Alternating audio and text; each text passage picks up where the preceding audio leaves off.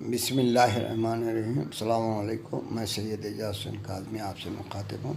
ہم جو تفسیر کا سلسلہ شروع کیے ہیں، یہ سید ذیشان نظر جوادی صاحب کی تفسیر انوار القرآن میں سے پیش کر رہے ہیں۔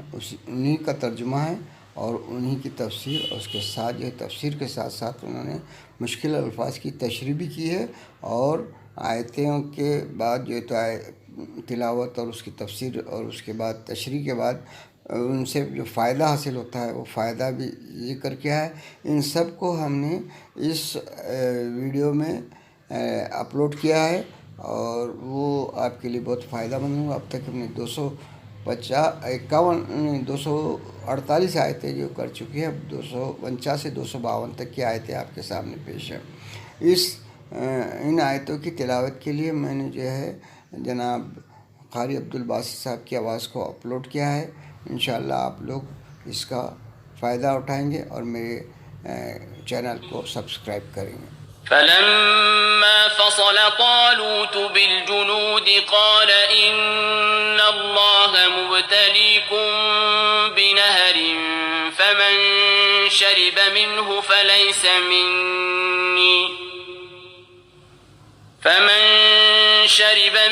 فليس مني ومن لم يطعمه فإنه مني إلا من اغترف غرفة بيده فشربوا منه إلا قليلا منهم فلما جاوزه هو والذين آمنوا معه قالوا لا طاقة لنا اليوم بجالوت وجنوده قال الذين يظنون أنهم ملاقو الله كم من فئة قليلة غلبت فئة كثيرة بإذن الله والله مع الصابرين۔ اب سورہ بقرہ کی آیت نمبر 249 کا ترجمہ سنیے۔ اس کے بعد جب طالوت لشکر لے کے چلے تو انہوں نے کہا، اب خدا ایک نہر کے ذریعے تمہارا امتحان لینے والا ہے، جو اس میں سے پی لے گا وہ مجھ سے نہ ہوگا، اور جو نہ چکے گا وہ مجھ سے ہوگا، مگر ایک چلو پانی لے لے۔ نتیجہ یہ ہوا کہ سب نے پانی پی لیا سوائے چند افراد کے۔ پھر جب وہ صاحبان ایمان کو لے کر آگے بڑھے تو لوگوں نے کہا، آج تو جالوت اور اس کے لشکروں کے مقابلے کی ہمت نہیں ہے۔ اور ایک جماعت نے جسے خدا سے ملاقات کرنے کا خیال تھا کہا کہ اکثر چھوٹے چھوٹے گروہ بڑی بڑی جماعتوں پر حکم خدا سے غالب آ جاتے، اور اللہ صبر کرنے والوں کے ساتھ ہے۔ سورہ بقرہ کی آیت نمبر 249 میں جو شروع ہوتا ہے، جب طالوت لشکر لے کے چلے تو انہوں نے کہا، اب خدا ایک نہر کے ذریعے تمہارا امتحان لینے والا ہے۔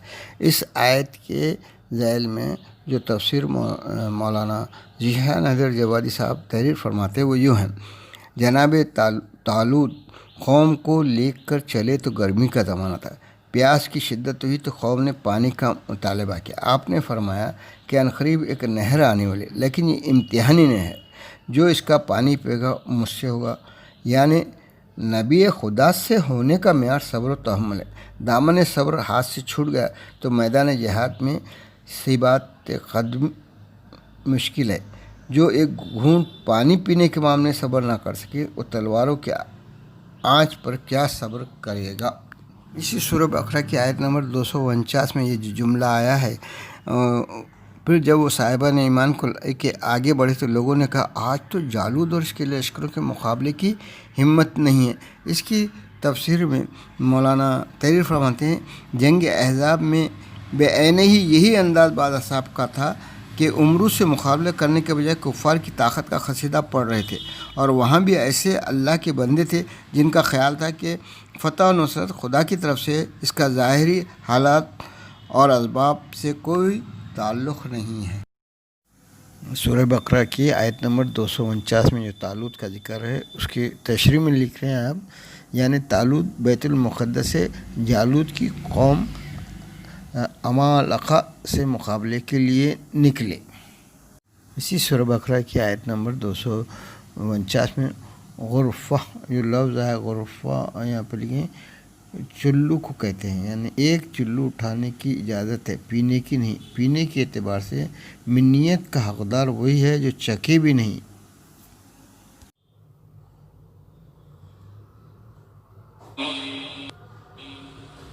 ولما برزوا لجالوت وجنوده قالوا ربنا أفرغ علينا صبرا وثبت أقدامنا وانصرنا على القوم الكافرين۔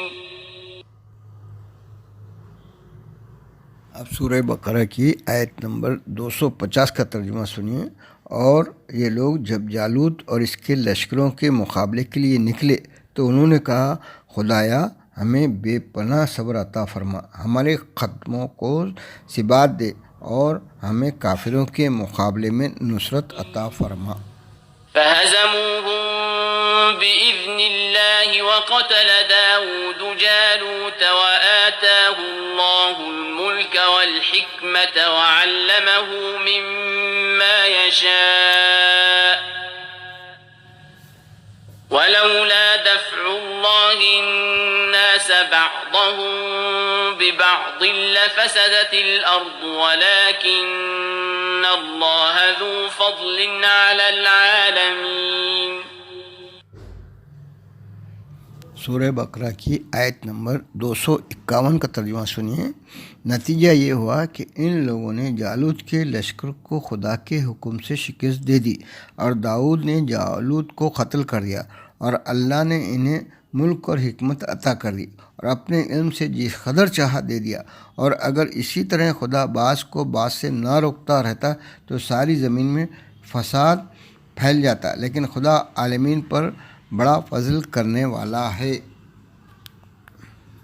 سورہ بقرہ کی آیت نمبر 251 میں جو یہ جملہ آیا ہے، نتیجہ یہ ہوا کہ ان لوگوں نے جالوت کے لشکر کو خدا کے حکم سے شکست دے دی۔ اس کے تفسیر میں جوادی صاحب تحریر فرماتے ہیں، اس واقعے نے امت قرآن کو بیدار کر دیا کہ دشمنان اسلام سے مقابلہ کرنے کے لیے حسب ذیل عناصر کا ہونا ضروری ہے۔ دل میں ہمت، صبر و ضبط ہو اور شدید ترین مصائب میں بھی قوت برداشت جواب دینے نہ پائے۔ نمبر 2، فتح و کامرانی کے لیے نصرت الہی پر اعتماد کیا جائے اور سامان جنگ یا ظاہری حالات پر نگاہ نہ کی جائے۔ نمبر 3، لقاء الہی کا خیال رکھنے والے دشمن کے جاہ و جلال کو نہیں دیکھا کرتے۔ نمبر 4، جس کو خدا علم اور شجاعت دیتا ہے وہی مرد میدان ہوتا ہے اور اسی کو حکومت اور حکمت نصیب ہوتی ہے۔ نمبر 5، ملک خود خدا عطا کرتا ہے اور غاصبانہ قبضے کا نام حکومت الہیہ نہیں ہے۔ یہ سورہ بقرہ کی آیت نمبر 251 میں الملک والحکمت، اس کے بارے میں حکمت، یہ دونوں کے بارے میں جو ہے آپ یہاں پہ تشریح کریں۔ ملک حکومت ہے، حکمت نبوت، جس کا سلسلہ نسل داؤد میں رہا اور جناب سلیمان صاحب حکومت پیغمبر بنے۔ اسی واقعے سے یہ واضح ہو جاتا ہے کہ حکومت اور نبوت کا ایک خاندان میں جمع ہونا ممکن ہے، اس میں کوئی اشکال نہیں۔ تلك آیات اللہ نتلوها علیک بالحق وإنک لمن المرسلین۔ سورہ بقرہ کی 252 نمبر آیت کا ترجمہ، یہ آیات الہیہ ہیں جن کو ہم واقعیت کے ساتھ آپ کو پڑھ کر سناتے ہیں، آپ یقیناً مرسلین میں سے ہیں۔ فائدے میں جناب جو ہے سورہ بقرہ کی آیت نمبر 250 میں ایک لفظ جو آیت میں آیا افریق، اس کے فائدے میں لکھ رہے ہیں آپ کہ افراق کے معنی ہیں انڈیل دینا۔ گویا لشکر طالوت نے معنوی اعتبار سے مکمل صبر کا مطالبہ کیا اور ظاہری اعتبار سے ثبات قدم کی التماس کی، آخر میں یہ بھی گزارش کر دی کہ کامیابی نصرت الہی کے بغیر ممکن نہیں ہے، لہذا خدایا ہمیں نصرت فرما۔ سورہ بقرہ کی آیت نمبر 249 میں یہ آپ زن کے بارے میں جو کہہ رہے ہیں، آیت نمبر 249 میں زن یقین کے معنی میں بھی ہو سکتا ہے کہ ایسا استعمال کلام عرب میں رائج ہے، اور اپنے معنی میں بھی ہو سکتا ہے کہ لقاء الہی کا گمان بھی انسان میں عزم بالجزم پیدا کر سکتا ہے۔ یہ سورہ بقرہ میں جو داؤد کا ذکر ہے، اس کی شخصیت کے بارے میں آپ فائدے میں لکھ رہے ہیں۔ داؤد کی شخصیت کے بارے میں اختلاف ہے کہ یہ کون بزرگ تھے۔ اکثر مفسرین نے حضرت سلیمان کے والد گرامی کو مراد لیا ہے کہ آیت میں ملک و حکمت و علم کا تذکرہ ہے، اور یہ صفات نبوت بھی ہیں، اور ان کا تذکرہ جناب داؤد کے ذیل میں دوسرے مقام پر ہوا بھی ہے۔ اسی سورہ بقرہ کے اندر جو 251 کی آیت میں ہے، اس کے بارے میں آپ فرما رہے ہیں، واضح ہے کہ آیت 251 کا تنازع للبقاء سے کوئی تعلق نہیں، اور نہ اس کی کوئی علمی بنیاد ہے۔ انسانیت کا ارتقاء و تکامل تعاون للبقاء سے ہے، تنازع للبقاء نہیں۔ جہاد اہل ایمان کی قوت کے مظاہرے کا ذریعہ، اور نصرت الہی صرف مصالح کے تحت نازل ہوتی ہے۔